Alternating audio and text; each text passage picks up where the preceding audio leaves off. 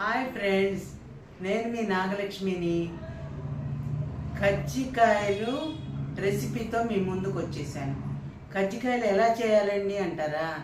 ఎలా చేయాలి అంటే ముందుగా మైదా పిండి ఇంతే, బియ్యపు రవ్వ,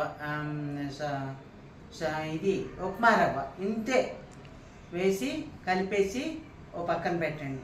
మెత్తగా, మరీ గట్టిగా కాదు, మరీ మెత్తగా కాదు, ఇలా అంటే మెత్తగా ఉండాలి.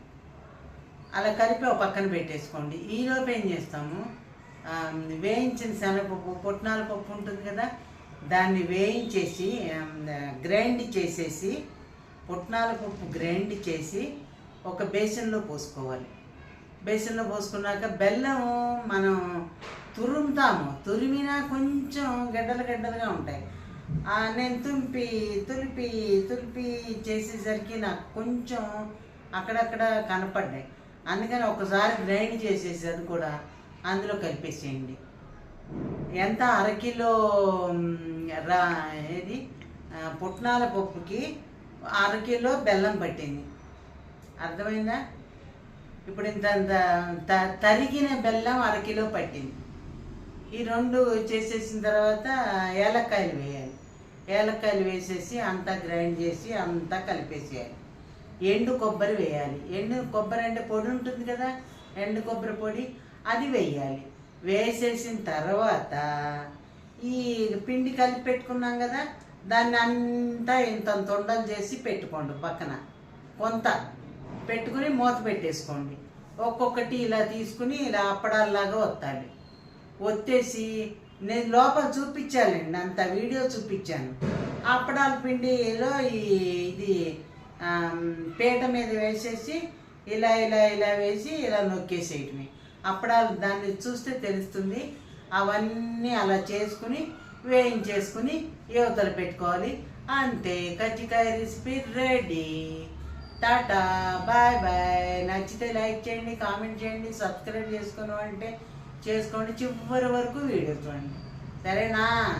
బాయ్.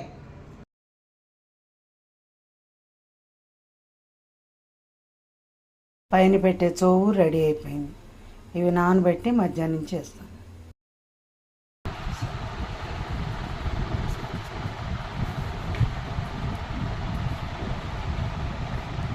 ఇలా పౌడర్ రాసుకుని అదే బియ్య పిండి పెట్టుకుని ఇలా పెట్టుకోవాలి. ఫస్ట్ ఉప్పు బెల్లం వేసి ఇలా కలుపుకోవాలి. నేను చూపించా కదా, ఇలా పెట్టుకోవాలి.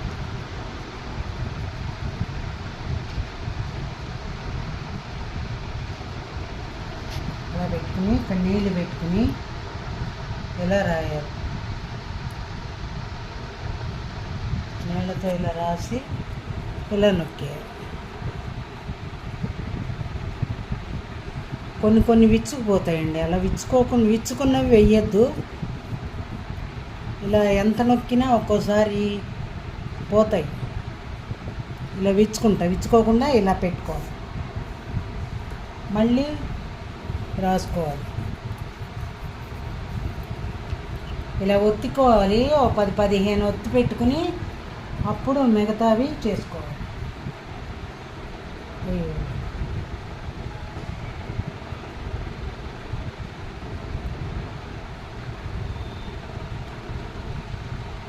ఇలా నొక్కి పెట్టుకోవాలి. ఇటు సైడ్కి రాకుండా ఉండాలి.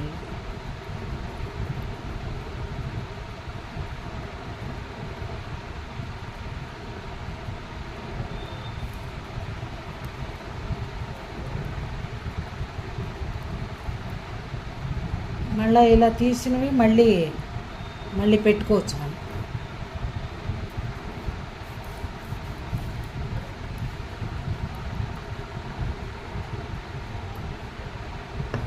ఇప్పుడు ఇవి మనం నూనెలో వేసుకుందాం.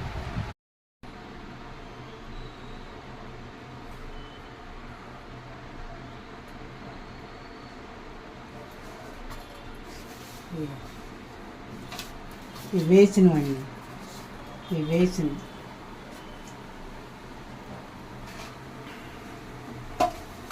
ఈ రెండు చూసారా విచ్చుకుపోయినాయి.